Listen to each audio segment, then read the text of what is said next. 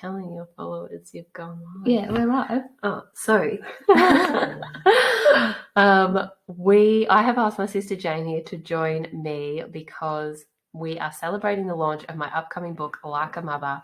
It is available the first week of November. And That's soon. I know, it's so soon. And to celebrate, we just wanted to have a little bit of a conversation about what is in the book and to have a little bit of just a real relaxed, happy vibe. There's no one who knows me more than this woman sitting here on my left. So she's going to pull me apart. I'm a little bit nervous about what she's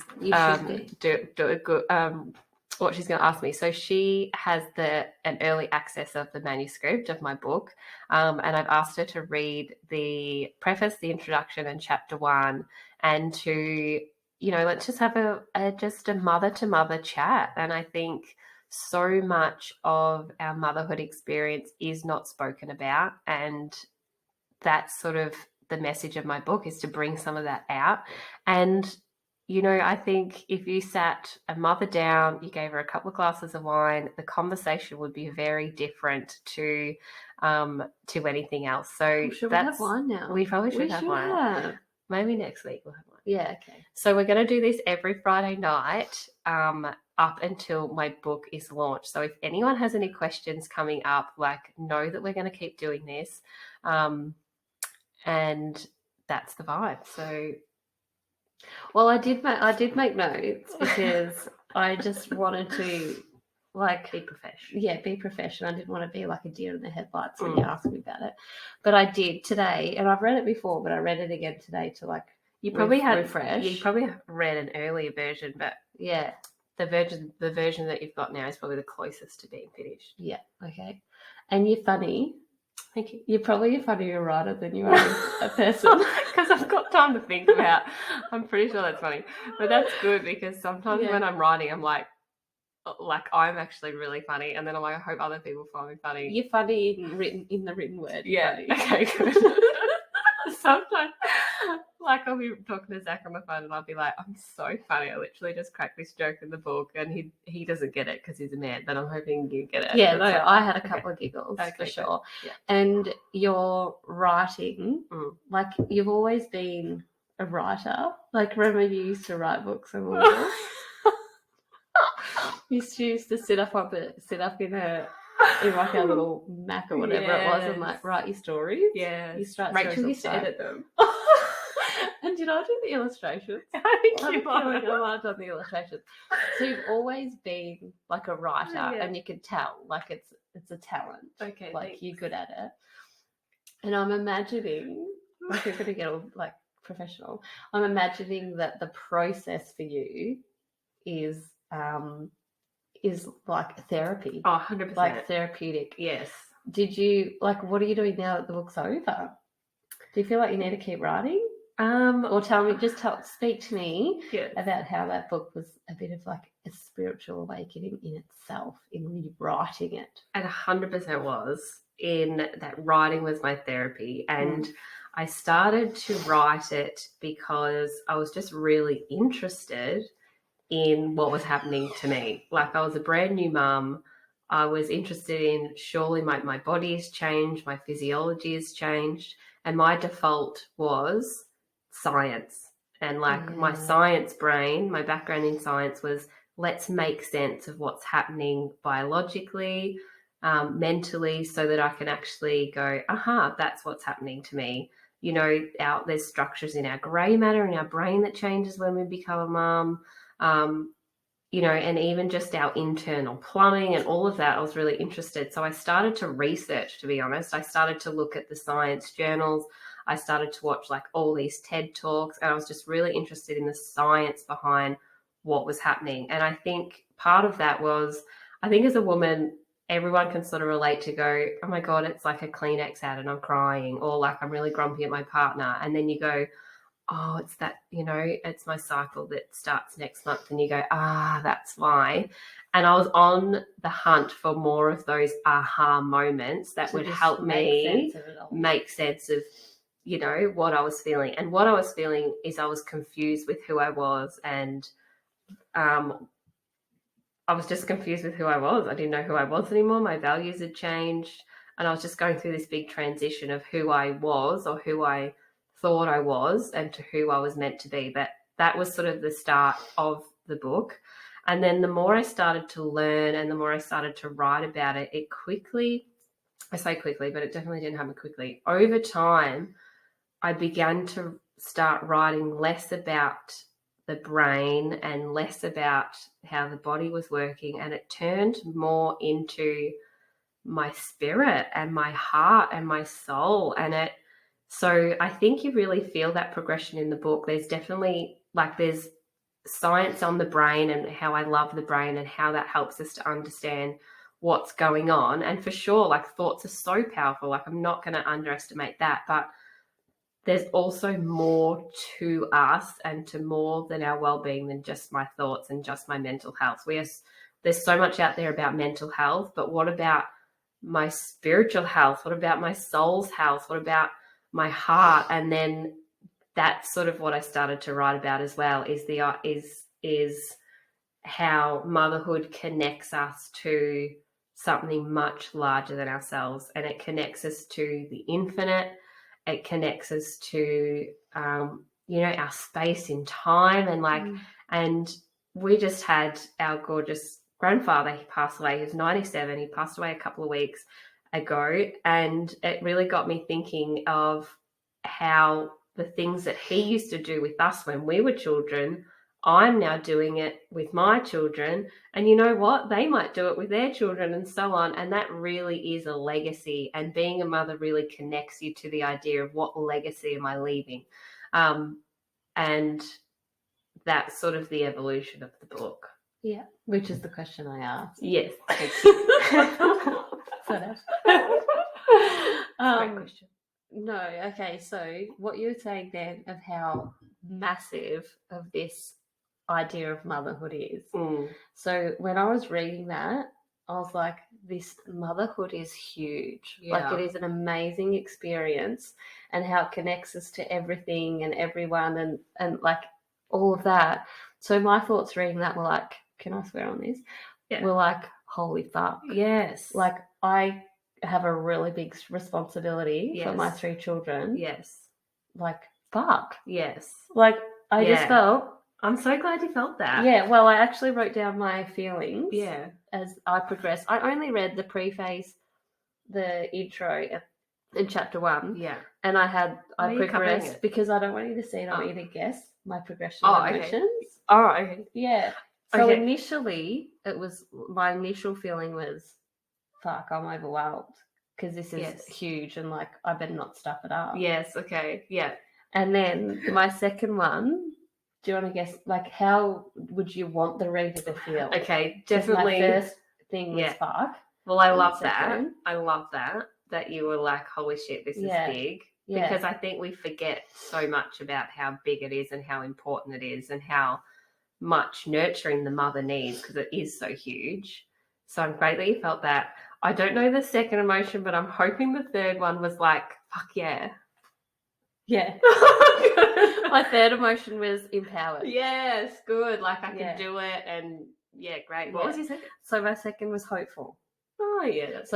And this is my little progression of how I felt only in the 3 chapters. Yeah, great. So I'm kind of I'm ready to get more. Find out more. Yeah. So my first initial reaction was oh my God, this is huge. Motherhood is massive. What am I doing? I'm not equipped for this role.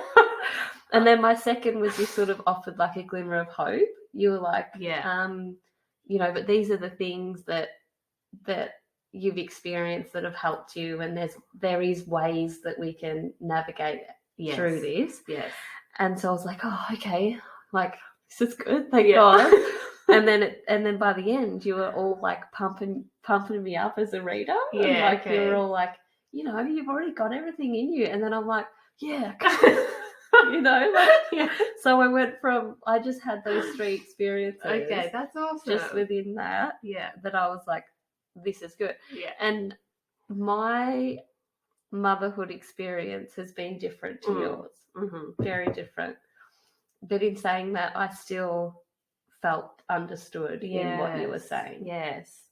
That's good, because no two experiences are the same. And I think, speaking from my experience, there's definitely words for the collective, but it's, it's nice to hear that there's, it's going to connect to people even if they have a different experience. Yeah, like there's still that common ground, because I was thinking, am I going to get something out of this book?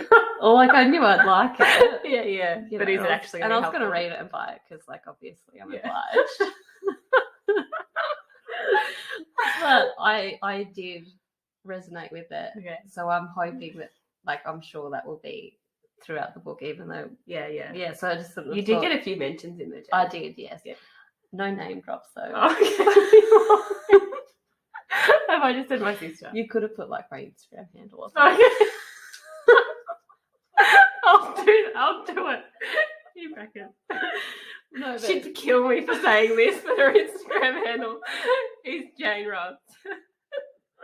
But I did sort of think about that for a little bit. Yeah. Of how you want to connect with lots of different types of mothers and lots of different experiences. Yes. Well, I think what we all share is we're the creators of life. Yeah. So we can have different experiences, but there's no denying that a woman is going to transition to a different person. Oh, Lozzie tagged me. God bless you. Yeah. What were you saying again? Yeah, I think we've all got things in common, and whether we, whether you had a natural birth, whether you had an instant maternal glow, or whether you had to work at it, or whether you had that instant connection with your child, or whether you felt lonely, I think, no matter what you experience, the whole thing that brings us together is we're the creators of life. And I think I really hope that this book also makes us feel like we're a sisterhood and we're all together. And I definitely do talk about that as well, because Rachel had this gorgeous story that I think I put it in. She said Rachel is our older sister. She took her 2 kids to gymnastics and they were just feral. Do you remember this story? I do. And one of her younger boys bit another child, and Rachel just was like, oh my God. And one of the other mums just said, don't worry about it. Like, it's just kids. And Rachel was just like, oh. Is that still going? Thanks. Rachel was just like, it was so easy for her to say that to me, but it meant so much. And I just feel like little comments like that are what brings us together and lets us all know that we're on the same team, and this might sound a little bit corny, a little bit too big, but our children aren't our children. My children aren't mine, and your children aren't yours. They're children of the world. But that is so true, and I remember Mum saying that. Really? Yeah, I do. I remember Mum saying, you're my children, but you're not my property. Yeah. Like, you're not. Yes. Yeah. And I had this to me. Yeah, and I felt this so strongly when I was actually looking after Veda, and he needed to go to the bathroom, and obviously it's very glamorous of helping a toddler go to the bathroom. And I was thinking, God, I thought I was having a day off sort of doing this. And then I thought, but it's not only Jane's job to do this, and it's not only his parents to do this. It's everyone. It's the people in his life. We're all responsible. And I think not just him being my immediate family, but everyone, we're all responsible for children. I think we get that sometimes. We've had experience of it sometimes where, strangers care for each other, or, and things like that. There's so many amazing stories about that. And I think I'm hoping that we feel a real collective sisterhood vibe in it, where we just sort of look after each other no matter what, and we feel definitely on the same page. So yeah. So it doesn't matter what your mother experience is. Yes. We're all a part of the sisterhood, and that's the vibe. Yes. Yeah. I do have other notes here. But how long do you want this to go for? Well, we've done 15 minutes. Because we're all part of this sisterhood together, and we all experience like these initiations or like these rites of passage. Yes. Oh, you've got the lingo. Yeah, I do. And they're sort of inbuilt in just being a woman. And I'd actually never looked at it that way. Yeah. So, because it's easy for us. I'm like, oh, men, they have it so bloody easy. They don't have to have their periods. They don't have to have the babies, rah, rah, rah. Bastards. Yeah, the bastards. But then what you're saying is like, how good is that? Yeah. You sort of flipped it a little bit. Yeah. And was like, well, we get to have those experiences. And the reason that we get to have them is to help us be, and they're all part of helping us be the best that we can be, or helping us realize how capable we are, and how they're just inbuilt with us, just because we're Sheila. So I talk about in the book, feminine initiation rites, and there's famous or really well-known initiation rites for men.